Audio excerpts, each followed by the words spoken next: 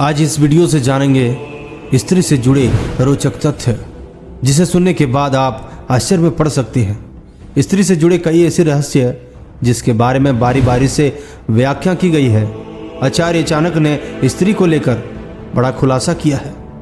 वह कहते हैं कि महिलाओं के स्वभाव को स्वयं भगवान भी नहीं समझ सकते, परंतु महिलाओं के स्वभाव में कुछ हद तक समानताएं देखी जा सकती है।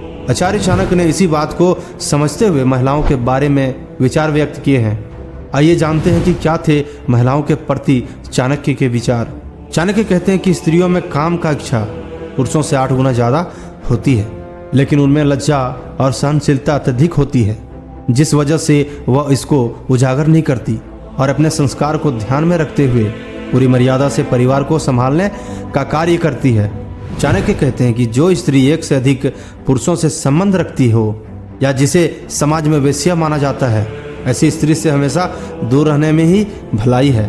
ऐसी स्त्री के घर का भोजन करना भी पाप की श्रेणी में आता है। धूम्रपान और मदिरापान करने और बुरे कर्म में लिप्त स्त्री से बहुत दूर रहना चाहिए। ऐसी स्त्री के कारण आपको समाज में मानहानि का सामना करना पड़ता है। इसके अलावा आप बड़ी मुसीबत में फंस सकते हैं।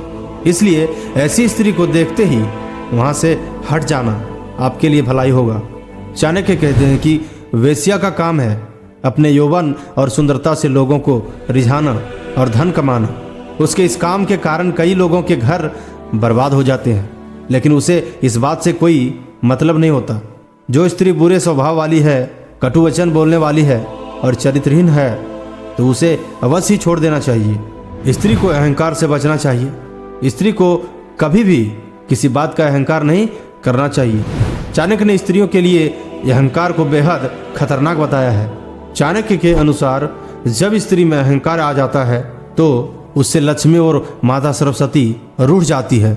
सुख समृद्धि का धीरे धीरे घर से नष्ट होने लगती है। चाणक्य कहते हैं कि दुष्ट प्रवृत्ति वाली स्त्री से हमेशा दूर रहना चाहिए। ऐसी स्त्री अपने स्वार्थ के लिए समय आने पर आपको अपमानित करने के साथ ही यहित करने से भी पीछे नहीं हटती है। ऐसी स्त्री आपका सर्वनाश कर सकती है। इस तरह की स्त्री से भी बचना चाहिए। चाणक्य कहते हैं कि स्त्री की खूबसूरती से कहीं ज्यादा महत्वपूर्ण एक स्त्री के गुण होते हैं, क्योंकि वो सब कुछ बना भी सकती है और बिगाड़ भी सकती है। इसलिए विवाह से पहले हमेशा उसके गुणों पर ध्यान दें और विवाह तभी करें जब वह पूरी तरह से आपसे विवाह करने के लिए राजी हो। चाणक्य कहते हैं कि शास्त्रों के अनुसार वो चीज कोई और नहीं बल्कि महिला के अंदर उनकी नाभि होती है। शास्त्रों में बताया गया है कि माता पार्वती की सभी शक्तियां उनकी नाभि में छिपी हुई रहती है और महिलाओं को देवी का दर्जा दिया गया है। इसी प्रकार से महिलाओं की नाभि को छूना एक प्रकार से पाप ही माना जाता है। इससे ऐसा माना जाता है कि आप महिला की शक्ति पर प्रहार कर रहे हैं। बस यही कारण है कि शास्त्रों में महिलाओं की नाभि को छूना पाप माना जाता है और ऐसा करने वाला पुरुष महापाप का भागीदार बनता है। साथ ही उसे अनेक प्रकार के कष्ट भोगने पड़ते हैं। साथ ही साथ ऐसा भी माना जाता है कि स्त्री की नाभि छूने से पुरुष की बर्बादी कभी भी हो सकती है। साथ ही आचार्य चाणक्य ने यह भी कहा है कि स्त्री घर की शोभा है। स्त्री सम्मान का प्रतीक है।